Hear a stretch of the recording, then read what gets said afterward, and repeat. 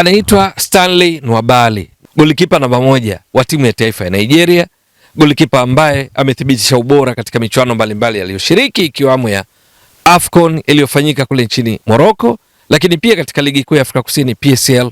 Huyu amekuwa akihusishwa na wekundu wa Msimbazi Simba. Wakati wa usajili wa dirisha dogo alitajwa sana, ingawa mwisho wa siku hakutua kwa wekundu wa Msimbazi Simba.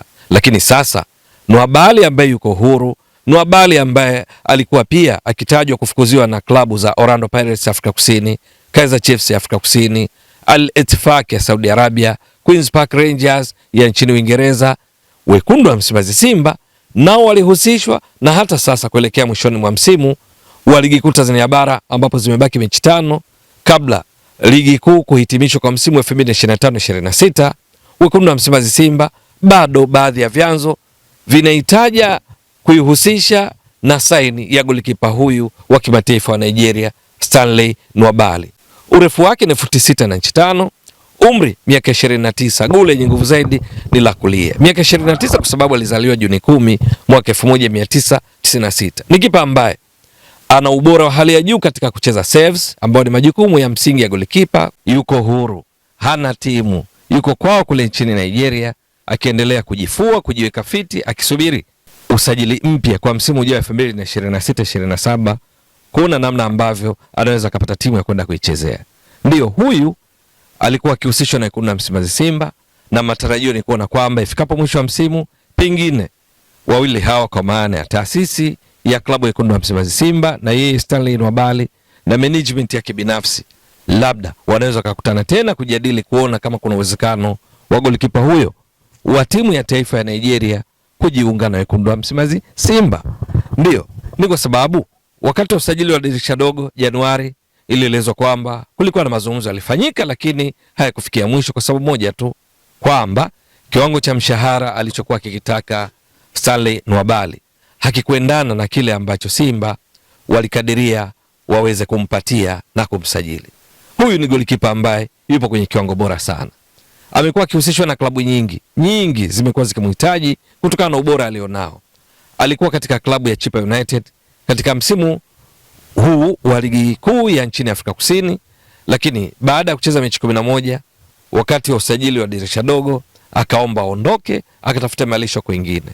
Klabu ya Chippa United management yao ikamruhusu, na matukio yake ikawa ikimtumia golikipa Msibi akikaa langoni badala yake, na hakika alifanya vizuri kwa sababu alinusuru Chippa United kufika mwisho wa msimu, ikamaliza katika nafasi ya 13 kati ya timu 16, na hivyo ikanusurika kutoteremka daraja. Lakini Stanley Nwabali anafahamika vizuri, ni bonge la kipa ambaye amethibitisha ubora katika maeneo mbalimbali. Katika ligi kuu ya Afrika Kusini alithibitisha juu ya namna alivyokuwa bora hata katika msimu huu wa 2025-26. Katika klabu ya Chippa United aliyokuwa akiitumikia kabla ya kuwa huru kwa sasa, alicheza mechi 11, dakika 934, akapigiwa mashuti 43, akacheza saves 26, na hivyo kuifanya timu yake kwa kiasi kikubwa iwe salama zaidi anapokuwa yeye langoni. Stanley Nwabali mzuri pia katika kucheza mpira kwa miguu, kwa maana ile footwork, na hilo humfanya awe ndiye chaguo la kwanza katika timu ya taifa ya Nigeria ambayo huhusisha nyota wengi wanaotoka nje ya bara la Afrika, wengi wakitoka barani Ulaya, lakini langoni anakuwepo Stanley Nwabali, golikipa ambaye amekuwa kwenye kiwango bora sana. Kwa sababu gani? Katika ligi kuu ya Afrika Kusini mechi 11 alizocheza, dakika 934, aligusa mpira mara 433, akatoa pasi 306, na zilizofika ni pasi 202, ambayo ni ufanisi wa around 62%. Kwa golikipa ni kiwango cha juu sana. Na kati ya pasi hizo, pasi 35 alizipiga katika nusu ya pili ya uwanja, kuonyesha namna alivyokuwa na ufanisi katika kupiga pasi ndefu zinazofika. Lakini Stanley Nwabali katika michuano ya AFCON iliyomalizika kule nchini Morocco, Nigeria ni miongoni mwa timu zilifanya vizuri sana.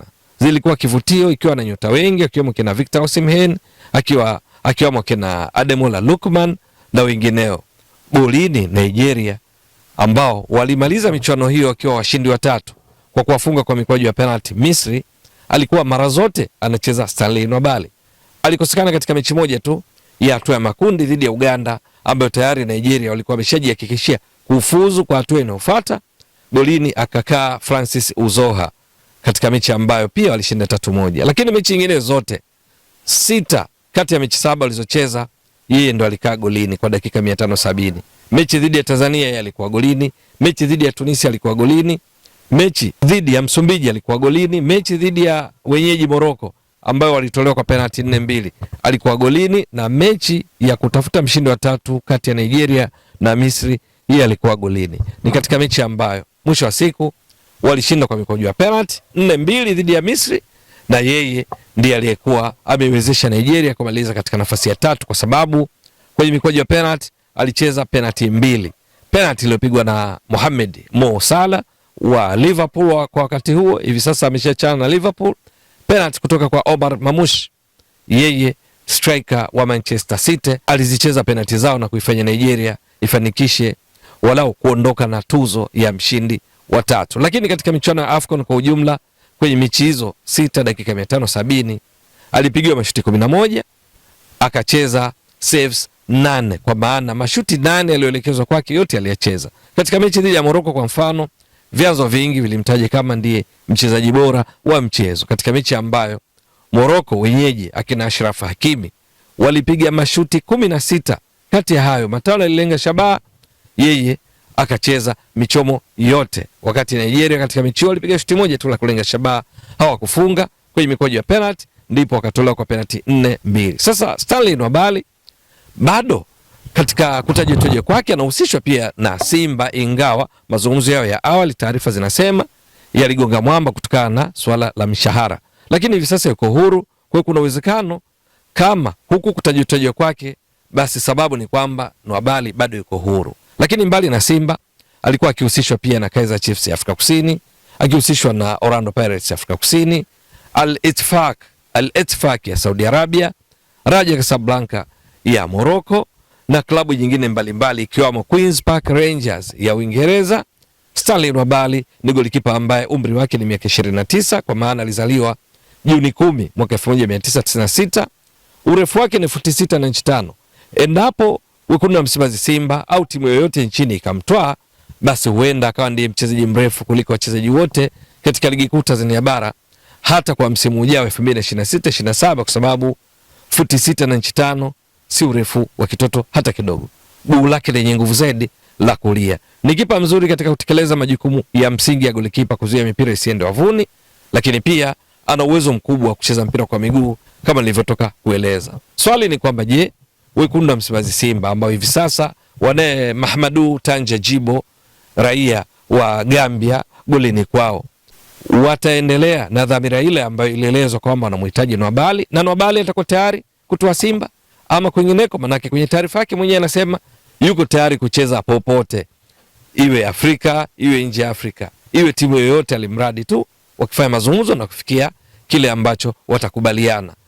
Yuko huru. Itakuwa vipi? Ni swala kusubiri na kuona. Mtazamaji wa Mbwaduke Stats Sport Next Level, endelea kuunga mkono channel hii kwa kuhakikisha kwamba una subscribe, una share, una like na kucomment. Mwasilishaji wako ni mimi Ramadhani Mbwaduke almaarufu kama Mzee wa Data. Shukran jazilan. Bye bye.